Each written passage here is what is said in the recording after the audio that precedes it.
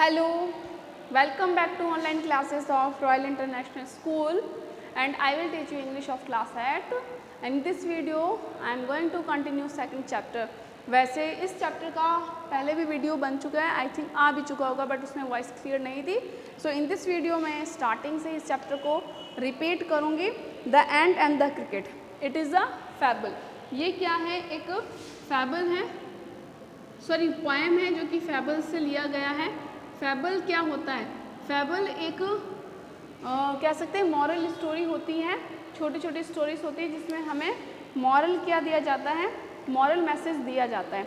और ये जो पोएम है, ये पोएम ली गई है फ्रॉम एसॉप्स फैबल से.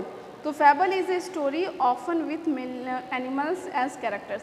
फैबल्स एक ऐसी स्टोरी होती है, छोटी छोटी स्टोरीज होती है जिसमें एनिमल्स कैरेक्टर होते हैं. कैरेक्टर्स के जो है ह्यूमंस को नहीं बनाया जाता, एनिमल्स होते हैं और ये हमें एक मॉरल मैसेज देती हैं. ये जो पोएम है इसमें दो कैरेक्टर हैं, एंट एंड क्रिकेट. एंट का तो मतलब हम सबको ही मालूम है, एंट का मीनिंग होता है चींटी और क्रिकेट एक झिंगुर होता है. क्या होता है? झिंगुर. एक कीड़ा होता है, ये भी एक झिंगुर होता है. इन दोनों की स्टोरी है इस पोएम में और इस स्टोरी से हमें एक मॉरल मैसेज मिला है. चलो अब हम पढ़ते हैं कि क्या है. First stanza. A silly young cricket accustomed to sing through the warm sunny months of gay summer and spring began to complain when he found that at home his cupboard was empty and winter was come. A silly young cricket यानी कि एक मूर्ख हो, एक युवा cricket यानी कि वो बड़ा ही केयरलेस है. इसमें फर्स्ट स्टैंजा में क्रिकेट के कैरेक्टर के बारे में बताया है कि वो कैसा है. तो क्रिकेट यानी कि एक झिंगुर, यंग है, थोड़ा मूर्ख है, बहुत ही केयरलेस है और बहुत ही लेज़ी है. काम करने के दिनों में वो अपना टाइम वेस्ट करता है. एक्यूस्टॉम्ड टू सिंग. एक्यूस्टॉम्ड यानी कि यूज टू, आदत है उसकी गाने की, वो सिंगिंग करता रहता है बिना वजह ही. Through the warm sunny months of gay summer and spring यानी कि समर जो गर्मियों का मौसम है, स्प्रिंग यानी कि बसंत का जो वार्म गर्म और सनी यानी कि जिसमें सूरज चमकता है, ऐसे महीनों में जो खुशनुमा हैप्पी जो खुशी के जो महीने में है, समर और स्प्रिंग जैसे खुश हैप्पी वाले महीने जो कि वार्म होते हैं, गर्म होते हैं और सनी जिसमें बहुत सूरज चमकता है, इन महीनों में वो क्या होता है? एक्यूस्टॉम्ड है, यूज टू है गाने का, यानी कि वो सिर्फ अपना टाइम जो है इन महीनों में सिंगिंग में ही खराब कर देता है. Began to complain when he found that at home his cupboard was empty. और वो शिकायत करना शुरू कर देता है जब उसके घर में जो कबर्ड है, जो भंडार है, वो खाली हो जाते हैं. मतलब there was a no a piece of food, वहाँ पर खाने का कोई टुकड़ा भी नहीं होता है, खाने के लिए कुछ नहीं होता. But there is nothing in the winter season at his home. और जब विंटर सीज़न आता है तो उसके घर पर खाने को कुछ नहीं होता है और वो शिकायतें करना शुरू कर देता है कि मेरे पास तो कुछ नहीं है. तो इस स्टैंजा में ये बताया गया है कि विंटर सीज़न जब आता है, जो बहुत कड़कड़ाहट की ठंड पड़ती है, तो उस टाइम पर इसके घर में खाने को कुछ रहता नहीं है. क्यों नहीं रहता है? क्योंकि जो मंथ्स वार्म थे, गर्म थे और जो सनी थे, जिसमें सूरज बहुत अच्छे से चमकता था, बहुत अच्छे महीने थे, समर और स्प्रिंग जैसे, इसमें ये अपना टाइम वेस्ट है वो सिंगिंग में ही वेस्ट कर देता था. और उन महीनों में ये अपने फूड को गैदर नहीं करता था सर्दियों के लिए, यानी कि आने वाला जो बुरा टाइम है, जो विंटर टाइम है, बुरा टाइम है, इसके लिए ये इकट्ठा करके नहीं रखता था. सेकंड स्टैंजा क्या है? सेकंड स्टैंजा ये है, not a crumb to be found. Not a crumb, crumb का मतलब होता है कि खाने को कोई भी टुकड़ा, खाने का इतना सा भी टुकड़ा. On the snow covered ground. सर्दियाँ आ चुकी हैं, सर्दियों में खाने के लिए कुछ है ही नहीं, बिकॉज गर्मियों में उसने गैदर किया ही नहीं है, खाने के लिए कुछ काम ही नहीं किया, वो तो अपना टाइम वेस्ट कर रहा था सिंगिंग में.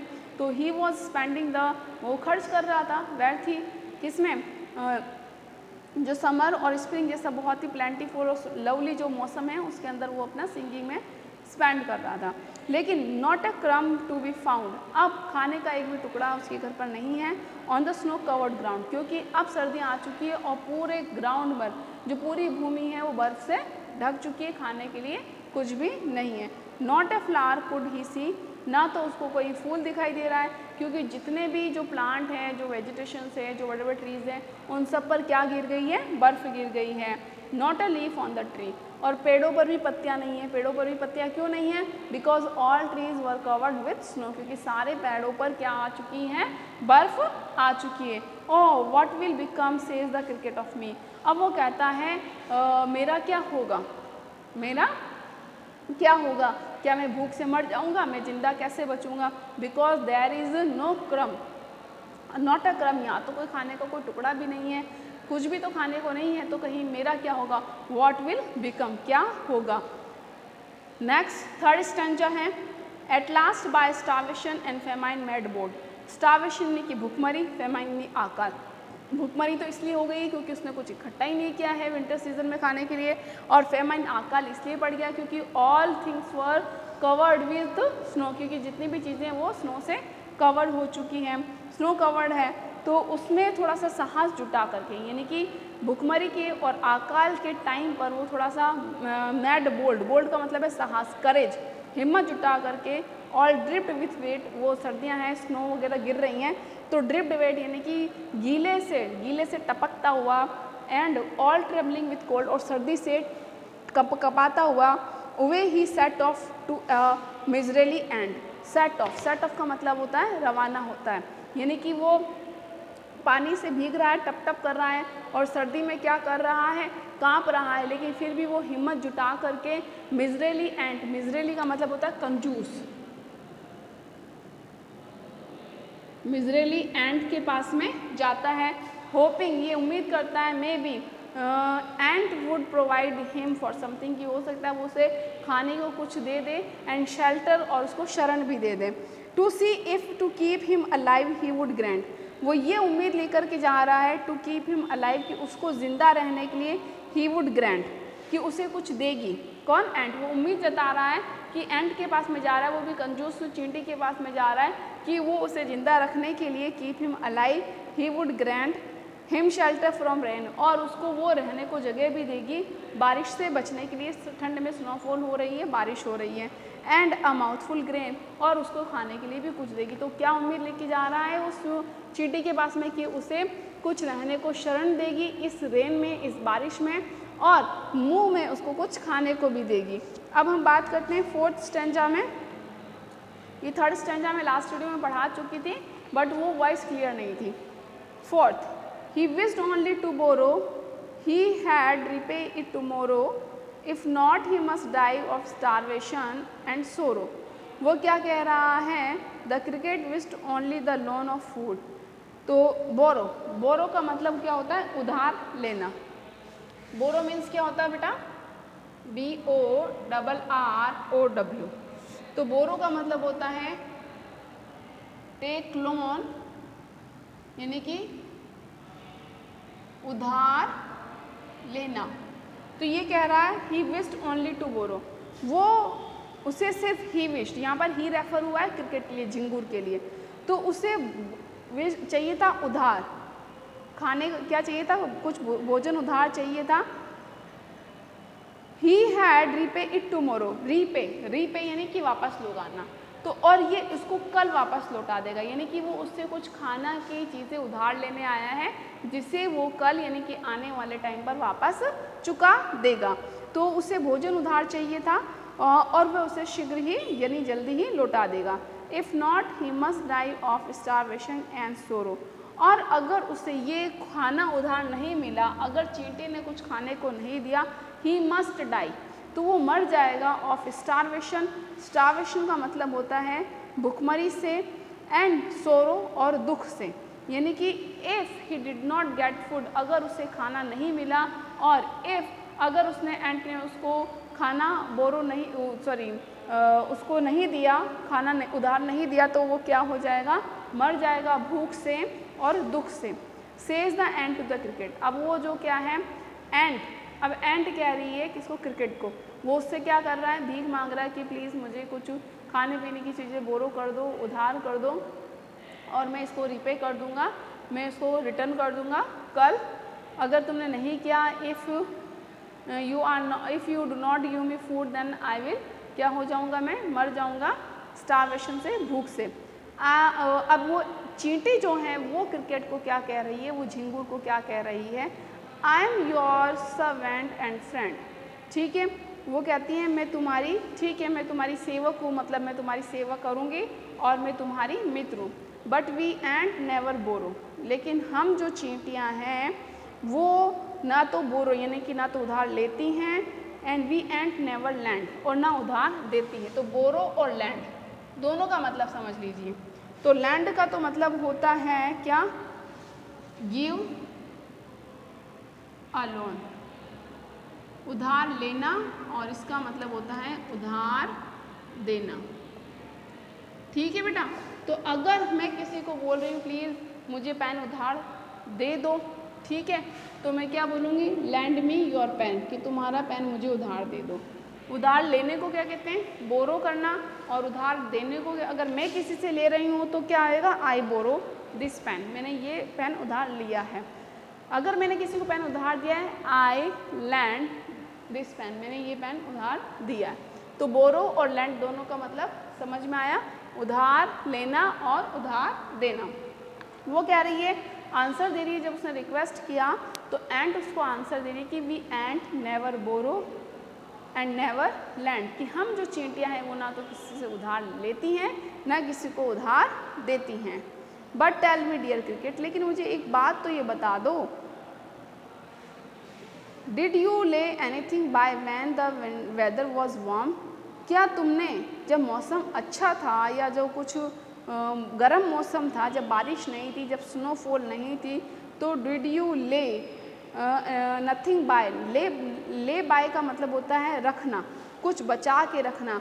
तो क्या तुमने कुछ भी फ्यूचर के लिए बचा के नहीं रखा है जब मौसम अच्छा था या गर्म था। ठीक है, तो इसका जो क्वेश्चन है वो क्या, what is the principle of ends, चींटियों का क्या सिद्धांत है। ये सिद्धांत है कि भाई ants never borrow and never lend. What did the ants ask the cricket, ants ने यानी कि चींटी ने क्रिकेट से क्या पूछा, यही पूछा ना, ये पूछा कि did you lay nothing bye, कि तुमने कुछ भी फ्यूचर के लिए बचा के नहीं रखा, when the weather was warm. Who is the friend of cricket, cricket का फ्रेंड कौन था, एंड ही तो था उसका फ्रेंड।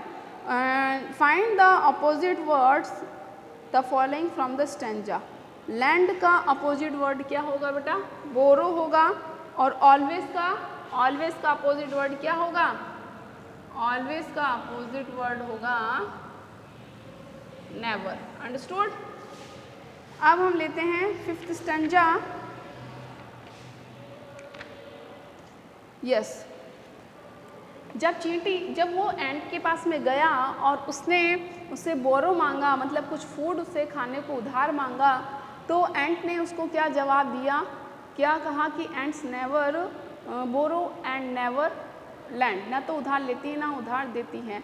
और उससे ये भी पूछा कि tell me did you lay nothing by when weather was warm, कि did you lay nothing by, lay nothing by यानी का मतलब फ्यूचर के लिए तुमने कुछ बचा के नहीं रखा जब मौसम गर्म था।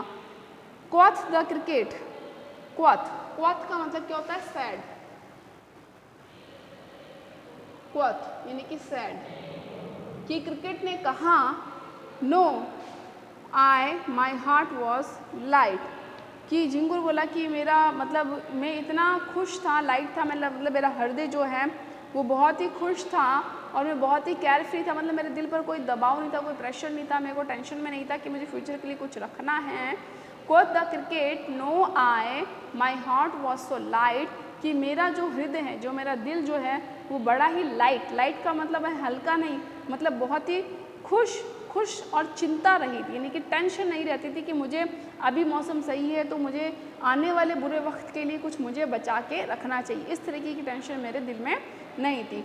That I sang day and night, और मैं इतना केयरलेस था कि मैं दिन और रात जो स्पेंड करता था जब मौसम अच्छा था, वार्म वेदर था, तो I spend my day and all night in singing, मैं सिर्फ गाने में ही अपना टाइम खर्च करता था। फॉर ऑल नेचर लुक्ड गे, क्योंकि वो मौसम इतना सुहावना होते थे, इतने अच्छे थे, जो स्प्रिंग और समर के जो वेदर थे वो इतने खुश मुझे नज़र आते थे, इतना अच्छा लगता था कि मैं उनको देख के, नेचर को खुश देख करके मैं गाता ही रहता था। फॉर ऑल नेचर लुक्ड गे, ताकि और क्या लगता, मुझे सारा नेचर लुक्ड गे, गे का मतलब मैं खुश दिखता था। यू सैंग सर यू से, तो क्यों चींटी बोली, चींटी ने क्या कहा, go then say the ant and dance the winter away. अब आंसर दे रही है कि भाई तुमने कुछ बचा के नहीं रखा, तो उसने आंसर दिया कि मैं तो all time I spend in singing, कि मैं अपना सारा का सारा टाइम किस में स्पेंड करता था, सिंगिंग में। तो एंट कह रही है यू सैंग सर यू से, कि तुमने कहा कि तुम गाते थे, गो देन जाओ, उस टाइम पर तुम गाते थे, तो अब विंटर में जा कर के डांस करो। ठीक है, तो इसका आंसर मतलब एंट ने उसकी हेल्प नहीं करी, क्योंकि एंट ने पहले ही कह दिया था कि ants never borrow and never lend, कि जो चींटियाँ ना तो उधार लेती है ना देती है, तो यानी कि वो उधार देने वाली तो नहीं थी। लास्ट स्टैंजा, सॉरी क्वेश्चंस देख लेते हैं। What did the cricket reply to the ant, जब उसने उससे पूछा did you lay nothing by when the weather warm, तो उसने आंसर क्या दिया, no my heart was light and I was spending my all day and night in singing when the weather was gay, जब वो बहुत ही खुशनुमा दिन था। तो उसने कहा who sang day and night, कौन गाता था, cricket. What did the ant tell the cricket, क्या कहा, the ant told the cricket, ये कहा टू गो अवे, चले जाओ, and to dance throughout the winter, कि पूरे सर्दियों में तुम क्या करो, डांस ही करो। यही तो कहा कि भाई तुमने अगर उस मौसम में गाया है, you go away from here and do dance in this winter. Find the word from the stanza which means sad, sad का मतलब क्या होता है, स्टैंजा में वो वर्ड निकालना है क्वैथ, तो क्वैथ है वो वर्ड।